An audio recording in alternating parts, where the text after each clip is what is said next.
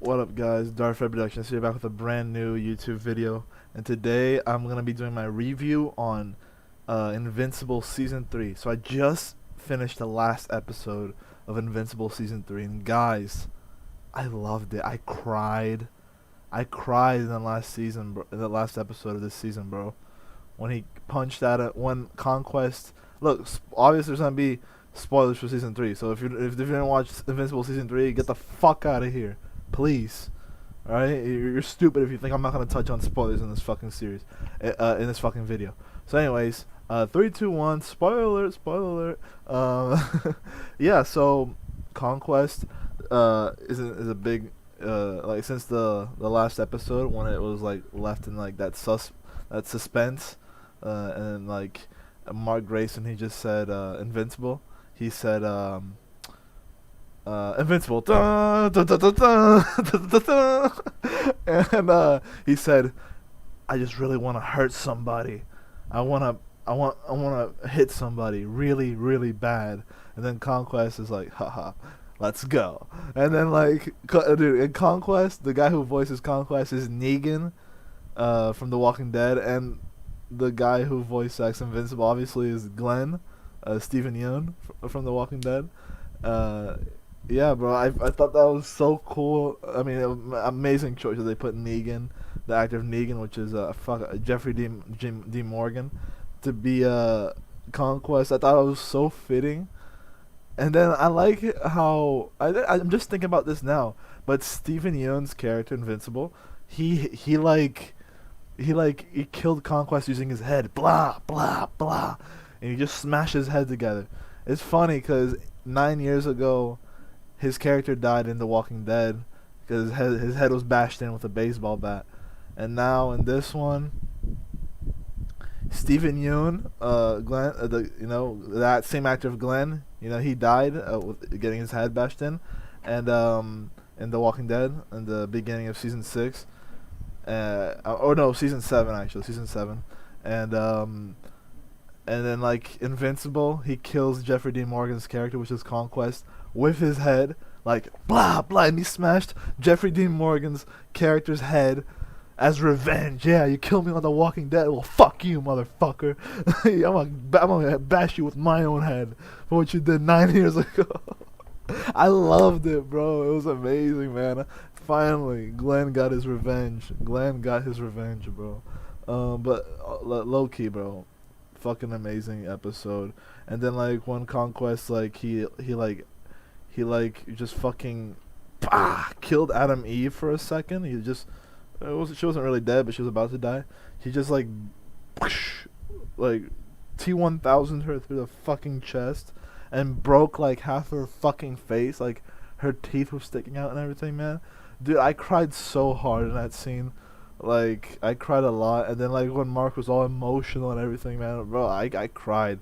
Like there's some like tear like it's still drying off my face. Oh no, there isn't. I mean, it's been a while that I cried, anyways. But the first 28 minutes, bro, the first 30 minutes of that fucking season, it was just pure action. And then like when Mark Grayson was with Adam Eve, everything worked out in the end. They were together, and she didn't die. She used the last of like her atomic power to like burn the fucking skin of Conquest, and then she was like naked and shit, and then she has a hot body as well. She has a hot rockin' body. Hey, hey, congratulations to Mark Grayson, bro. Cause jeez, man, what a hot girlfriend. All right, but yeah, I kind of got distracted by that. But yeah, man, I love this last episode. The ending of the episode, I think it was cool. It was showing like what could come for season 4, and season 4 is gonna be, dude. If season 3 was already crazy as fuck, I mean the ending was insane, and then we had a little bit of Angstrom Levy as well. Angstrom Levy did not die; he's still alive.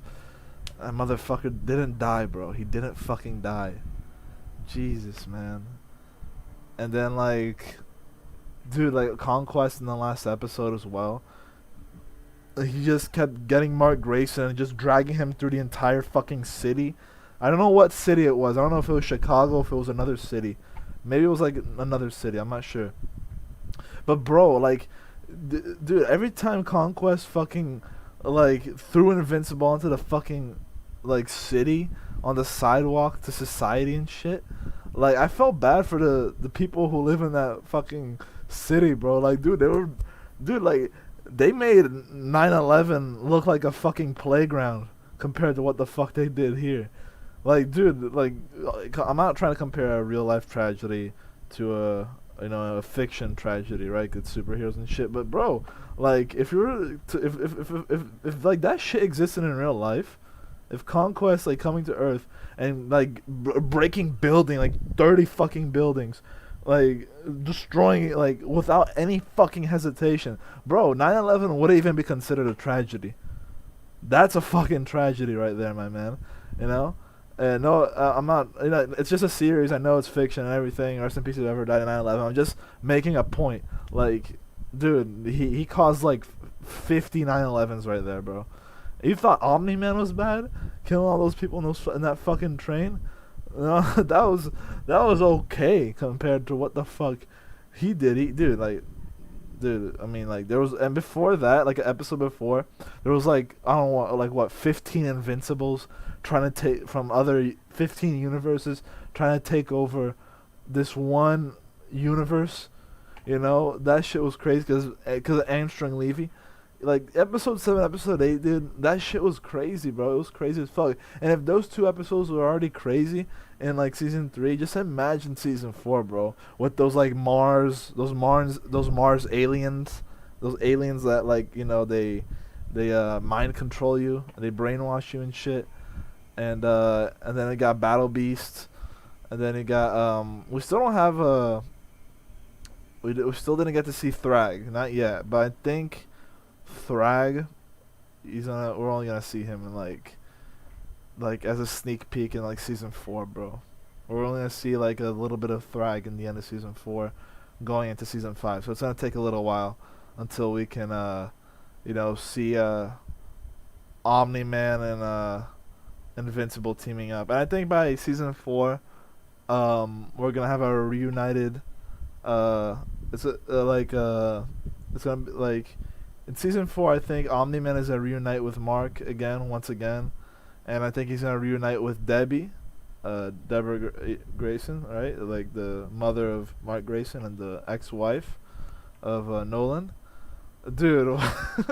and then like Debbie Grayson got a new boyfriend. I thought he was cool, you know, but just imagine Nolan Grayson when it comes to Earth. You're fucking my wife? You're fucking my wife? Like...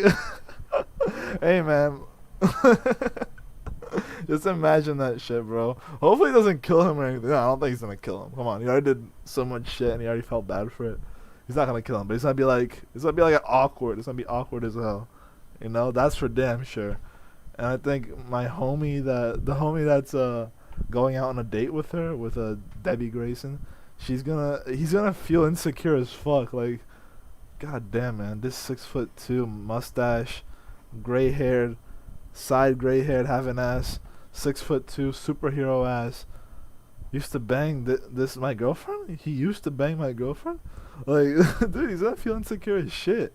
You know, like, dude, like the entire family is superheroes basically. The only one that's human there is Debbie, and him. You know, the only two normal people. You know, man. But hey, back to the topic. Every time Conquest through Invincible in the fucking society, clashing through building and building and building through people and people and people, I just felt bad for the fucking people, bro. I was like, hey man, I think this series, like, I mean, The Boys already makes you think like that, right? That, hey, thank God superheroes like this don't exist. But dude, Invincible, bro, like, just imagine that shit in real life, bro. Like, thank God superheroes don't exist in real life. Like, hey, if your kid wants to be a superhero so bad, make him watch this series. Nah, it's not a series for kids, man. That's gonna traumatize a fucking kid. They're never gonna like any superhero ever again. Like, I don't give a shit about Iron Man. You know, that's what the kid is gonna be like if you make a kid watch Invincible, that's what he's gonna feel like. And then when Conquest like got Kid Omni Man, right? Kid Omni Oliver, the purple, the second son of Nolan, that he had sex with the Thraxans, which is like some mosquito ass people, and then like he had sex with a mosquito, bro. He had sex with a life size mosquito that's only alive for like I don't know, a year, 2 years. I don't not even a year, I think. The Thraxans. And then they had a kid called Oliver, and Oliver went to Earth, and like, dude, Oliver, alright, I'm not gonna lie, man, I started getting pissed off at Oliver, like, in the beginning of the season, alright? I mean, he was a fun little character, but, like, he was pissing me off, bro. I'm not gonna lie, he was pissing me off, but after, like, I kept seeing, like, his passion to save his brother, to take care of his brother, you know, he became a lot more likable. And after when Conquest he punched him in the face, bro, and all of his teeth fell off, I felt really bad for Oliver. I felt really bad. And then, like, and then Conquest was about to, like, tear him apart and shit, like, and then he kept mocking him while he was doing that. And Invincible, he just flew and just blah. And dude, oh my god, bro, Conquest is an amazing villain. I have to tell you, because he's so hateable. He's so hateable. He was about to, he almost killed Adam Eve. He almost killed Oliver. He kept mocking and everything. Okay, Omni-Man is a piece of shit as well, but Omni-Man, I mean, they all have a mission, right? To conquer many planets and worlds as possible. But, like, Omni-Man, like, I mean, Omni-Man, he only had, like, a personality after he had a family, right? And after, like, you know, how humans grew in him, you know? Like, grew into his personality. And then him having a kid, a son, and everything. And, like, that made him a lot more sensitive.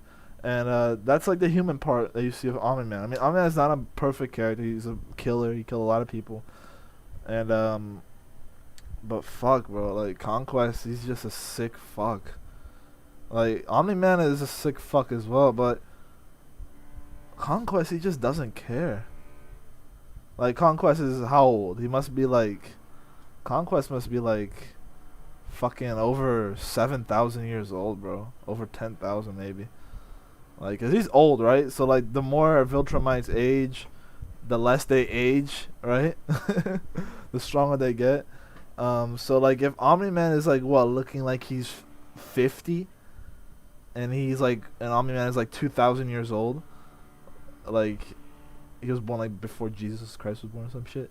I'm not trying to disrespect God or anything. It's just, like, you know, Jesus Christ, he was born, before, like, the world started counting numbers, like, okay, year 1, year 2, year 1,000. So if Omni-Man is 2,000 years old, he has the same age as Jesus, right? I'm not trying to compare. I know it's fiction, and the other thing is a religion. I respect God. I love Jesus Christ. I'm just making a comparison because I'm a fucking nerd. All right. So yeah, Omni-Man is 2,000 years old, and he looks like he's like what? He looks like he's 40, 50, and so if you go by that, and like the more they age, the slower they age. The older they get, the slower they age. Then like I think like double Omni-Man's age, and you'll get I think Conquest is like in the 6,000, 7,000 years old area, 8,000 probably. So yeah, old motherfucker, bro. But dude, sick. What a sick fuck of a character. Amazing character as well. I love Conquest. What a hateable character, but and then also when the thing I found interesting was when he was grabbing Mark by the neck, like before Adam Eve like blasted, when Adam Eve came back to life and like just started blasting him with her Adam powers and like burned like all of his skin off and was just showing his meat tissue. And like before he just kept saying, Viltrumites scare me. No, Viltrumites are scared of me. I have only a purpose, and after I am a victim to my own success. Like, bro, like the psychology that goes through that fucking character, man. Jesus. Dude, that character was interesting. I mean, he's only been for one episode, and yeah, he's a one episode villain. He was supposed to be short, but when he came, bro, he came in there to fuck everything up. He was not there to play, and that shit was crazy, man. That shit was crazy. I have the Invincible comic book compendium that I bought 2-3 years ago, but I still haven't read it. I bought it, it's just sitting there like this big ass book. Still haven't touched a single fucking page. But I am gonna read it. I am gonna read it, and I am gonna do a review on the comic books as well. I'm in love with Invincible, man. I'm in love with the fucking series, and every time a season comes out, I'm excited to watch it. And Rex's death. I want to talk about Rex's death real quick. Rexplode. Funny fucking character. Sucks to see him go. He was basically the comedic side of the fucking series. Besides the little subtle comedic moments that you see during the series, like Mark trying to talk about sex with his mother and shit like that. And but yeah, Rexplode was like the majority of the comedic part of this series, 100% in the Invincible series. And I want to talk about Powerplex real quick, which Aaron Paul, Jesse Pinkman, like my Jesse Pinkman tattoo. So yeah, Aaron Paul, Jesse Pinkman, he played Powerplex, basically like an Electro type villain. And bro, I loved it. I love this character. It shows him like, okay, like this is like one of the few people that were really affected by Invincible, you know. And he blames Invincible. It shows you like a different perspective than like just showing the superheroes, like Mark and Cecil and Adam Eve. It shows a different perspective. Now it's going to the perspective of somebody who lives an ordinary day life, and they just snap like, "Hey man, why is this motherfucker taking all the credit?" Because nobody really like got a clear understanding of that story, you know. And he had like trauma because he lost his sister. Yeah, he lost his sister, right? I'm pretty sure it was his sister, right, who he lost in like the season 1, and then he just saw Omni-Man like killing everybody, and it killed his daughter, and he just saw Invincible holding, not his daughter, it's like his sister's daughter, I'm pretty sure, and then he just saw that, and then he thought Invincible actually killed her, and then like he kept saying it's all his fault. So like he's a very like a victim to this whole superhero shit. So like it shows you, like, hey man, see, not superheroes aren't all sunshine and rainbows. In the end of the day, we're all just humans. You're looking at this from afar. I mean, it's cool to see superheroes in TV shows and shit like that, movies. But would you really want them to exist, bro? Would you really want them to exist with a bunch of human casualties and shit like that? By the way, I'm sorry, guys. My mouth is a little bit dirty. I ate like some beans and shit. But yeah, I loved Aaron Paul as a Powerplex. I think it was an amazing addition. And the actor of Mike Ehrmantraut, he plays a character there as well, like a very brief appearance. And before that, I want to talk about Omni-Man's escape. I thought it was cool, Omni-Man's escape with Alan the Alien, played by Seth Rogen. I thought it was very cool that Seth Rogen is playing Alan the Alien. I watch a lot of Seth Rogen movies. Oh my god. Guys, I'm sorry, my mouth is a little bit dirty. I just now noticed. I noticed a while ago, but like, yeah, okay, I think it's good. But anyways, yeah, I thought the Omni-Man escape was very well thought out. Like, okay, I'm gonna release Battle Beast, so Battle Beast can distract. I'm gonna release every single prisoner here, so they can distract the guards and distract the. They only had 3 Viltrumites there, right? So they didn't have a lot of Viltrumites. But yeah, I'm gonna release all these motherfuckers so they can distract them while I try to find Nolan. And I thought it was very cool, him saving Omni-Man, and I'm excited to see Omni-Man's redemption, bro. I mean, he's already been kind of like redeeming himself from like season 2, and him getting his ass handed to him and shit like that. Um, but I think season 4 is gonna be like his real redemption. It's gonna show him come back to Earth. Hey, I'm sorry, I'm sorry, I'm sorry. Fuck you and like people in society. Fuck you and you're sorry. You killed fucking 3,000 people. Like bro calls an entire now he calls it a 9/11, but like in like 4 different fucking places: a volcano, a train station, and a fucking building. You know yeah. Omni Man calls like one 9/11. Then again, I'm not trying to compare the two. One is reality, the other is fiction. Alright, I understand, guys. I'm not trying to offend any New Yorkers out there. I'm just making a brief comparison because I'm a nerd. And yeah, man, I think season 4 is gonna be his real redemption. Because come on, bro, like Omni Man's, him trying to get out of prison, bro. I mean, finally he got out of prison. Finally, right? Like that shit's been going on since like half of season 2. Fucking finally he got out of prison. Now season 4 is gonna be him redeeming himself, which is only gonna be like next year and shit. We got a lot of cool shit next year. We got. I'm excited for The Boys season 5, the finale of The Boys. I'm not sure if they're gonna make Gen Z this year, if they're gonna release Gen Z season 2. Probably they will. I don't know. But I love this season, bro. Season 3 was amazing. I love seeing the whole thing of Invincible and Adam Eve finally getting together, hooking up, being boyfriend and girlfriend, getting in a relationship. And I look at Mark Grayson. Damn, Mark, you're really making me jealous. I'd die for a girlfriend like that, and you have it. And there's a chick in my class who she's about the same age as Adam Eve, and she looks like Adam Eve as well. She's got the bright eyes. She has the long reddish hair. Now her hair is not really reddish. She's kind of like blonde, a little bit of reddish, you know, and a little bit of black, which tells me that she painted her hair, I think. Not sure.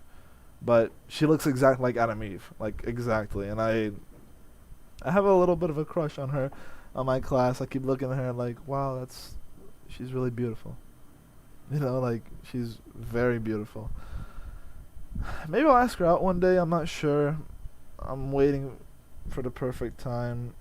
I mean, there's no such thing as a perfect time, but I don't just want to go there and just say, hey, want to go out with me? Like, I mean, I could do that, but or maybe I just will do that, just to, you know, okay, if she doesn't want to, okay, she'll say it to my face, hey, I don't want to, but I want to say it to her face, you know.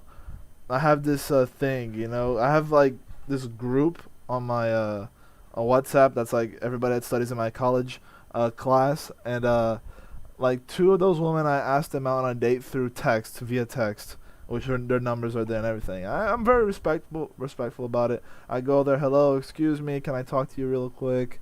And I wait for them to respond, yes, what do you want to talk about? And I go there, I send them an audio, hey, I wanna know if I can have the privilege of taking you out on a date.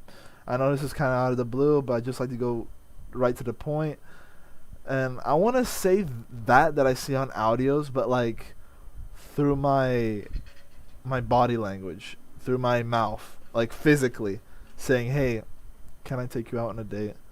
I think you're extremely beautiful. I think you're extremely attractive, and I would like to treat you like a queen, a princess, anytime you're available.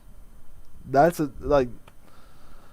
I just have to get balls to do that, man. I just have to have balls to do that. But I'll let you guys know if I ever do that. If I ask Samantha Eve Wilkins on a date. Her name is not that, right? But I'm just joking around because she looks exactly like Adam Eve.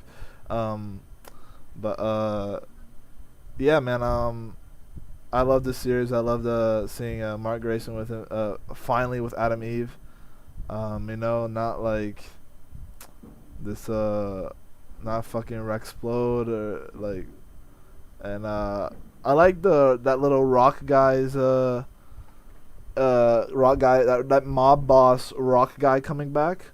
I thought that was very fucking cool, him coming back and like showing more of the mafia, showing Machine Head, and you know, that Asian guy that died, that like transforms himself into a fucking dragon, and then like Machine Head just pops him in the fucking head, and then he grabs that 700-pound fucking monk and he that sumo wrestler fighter that takes care of him, and and then like the teleporter guy just grabs him and drops him from like all the way up in the fucking sky, and then he just crashes through a building, and all that motherfucker got was a broken fucking arm. That 700-pound Asian sumo wrestler falling from an entire fucking skyscraper, crashed into a skyscraper, and all he got was a fucking broken arm, bro.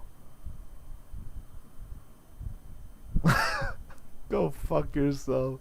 That was too. Just kill him already, bro. Just fucking kill him. Jesus, you're gonna tell me he's alive after that? He just got a broken fucking arm? Don't give me that bullshit, bro. But hey, it's a superhero series, right? But yeah, then like Machine Head just pops him in the head, and then he got brought back to life and shit. And Darkwing suffering the same fate. And then Multi-Paul's annoying. Multi-Paul is fucking annoying. Annoying. He can't even escape out of a fucking prison cell. That's how shitty he is.